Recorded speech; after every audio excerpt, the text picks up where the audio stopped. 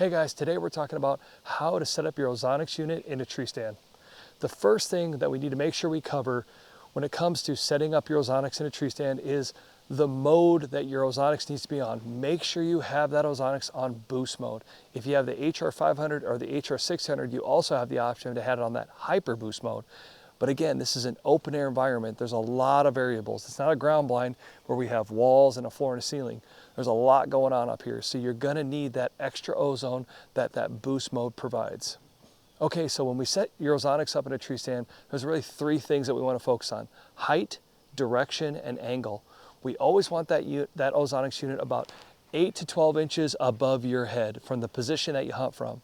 So you can see for me, I stand the majority of the time. I'm standing in this tree stand. So I want to have my ozonics positioned about that 6 to 8 or 8 to 12 inches above your head.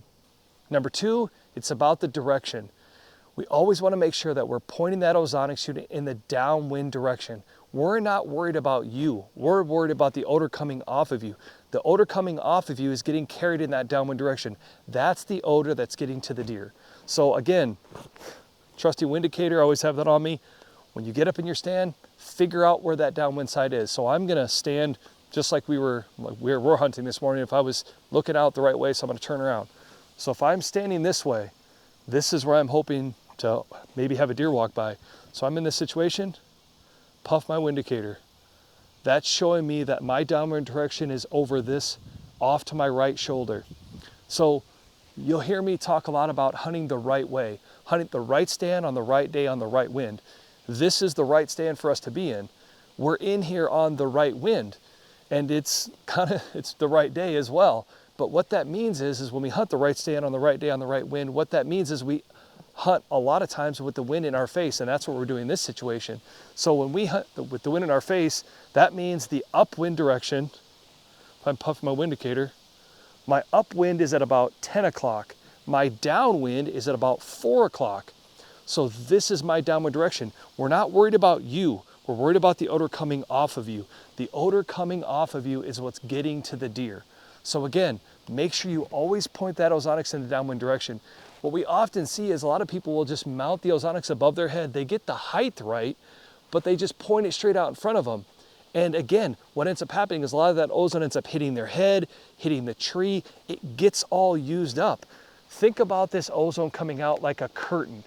That when this ozone exhausts or a waterfall, we want all of your odor to go through that waterfall of ozone. We're trying to create a situation where that ozone will come in contact with your odor as quickly as it can.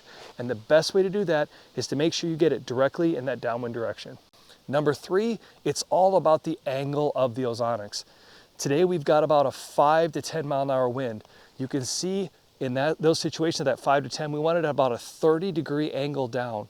If it gets to be stronger than that, let's say 15 plus, we're gonna take this ozonics and we're gonna take it more vertically straight down.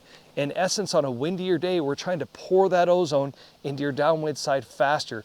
Think about the ozonics like a water bottle. If I wanna pour it out really slow, I just barely tip it. If I wanna pour it out fast, I just tip it straight upside down. On a windier day, we wanna pour that ozone into your downwind side faster. Okay guys, so again, when we set up your ozonics unit in a tree stand, height, direction, angle. Again, with an ozonics, it's all about setup. You know, I joke about any type of bow that you shoot. If you go to the bow shop and you try to turn it upside down and shoot it upside down, it doesn't work very good. It's all about setup. You gotta make sure you set it up and use it the right way. And ozonics is no different. If you don't know how to drive a Ferrari, you just grind the gears, you're not gonna be able to go very fast. Make sure that you know how to set it up. Height, direction, angle are the most important things in an open air environment in a tree stand. The other question that we often get asked about setting in a tree stand is, like in this situation, I'm not filming myself. You know, we've got Nick. Nick, give a little wave at the camera. Yeah. So we've got two of us up here. We hear this all the time. Is one ozonics enough for two people? The answer to that is no. One ozonics is meant for one person. So in this situation, you would want to have an ozonics above each person's head. Again, think about your odor like a scent cone or a trail, right? As we're sitting in here and I'm looking at this camera and you can see, like even watch when I puff this wind indicator. Here's my scent right here. And then watch this. There's Nick's. it's completely different. There's a 3 or 4 foot gap between where I am and where Nick is. All right, does that make sense? And so again, we each have our own scent cone, so we each need to have an ozonics. You can see from the GoPro, again, Nick's got his mounted up above his head and pointed in that downwind direction. So if they've got multiple people in a tree stand, you need to have multiple ozonics units. The only situation where you maybe could get away with one ozonics is, let's say that the wind, again, I'm gonna point the other direction.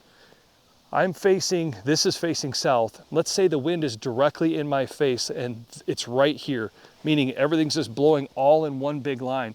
That could be the situation where you could just have one ozonics, but again, that gets really, really tricky. You're putting a lot of weight on that unit. So what we always talk about is one ozonics for one person. So if you got 2 people, make sure you run 2 ozonics units.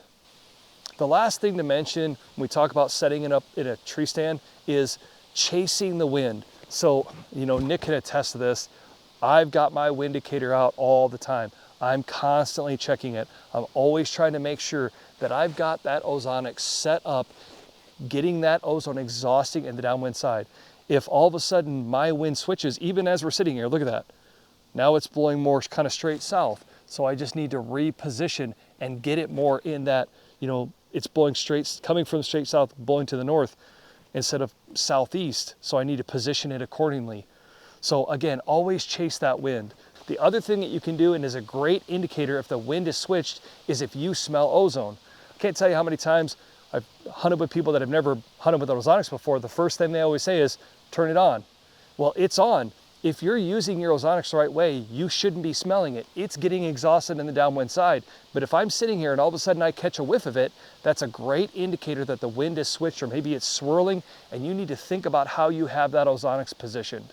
All right, guys, thanks for watching my video today on how to set up your ozonics unit in a tree stand. If you guys have any questions, feel free to give us a call at 979-285-2401 or jump on our website at ozonicshunt.com. Thanks again, and good luck out there.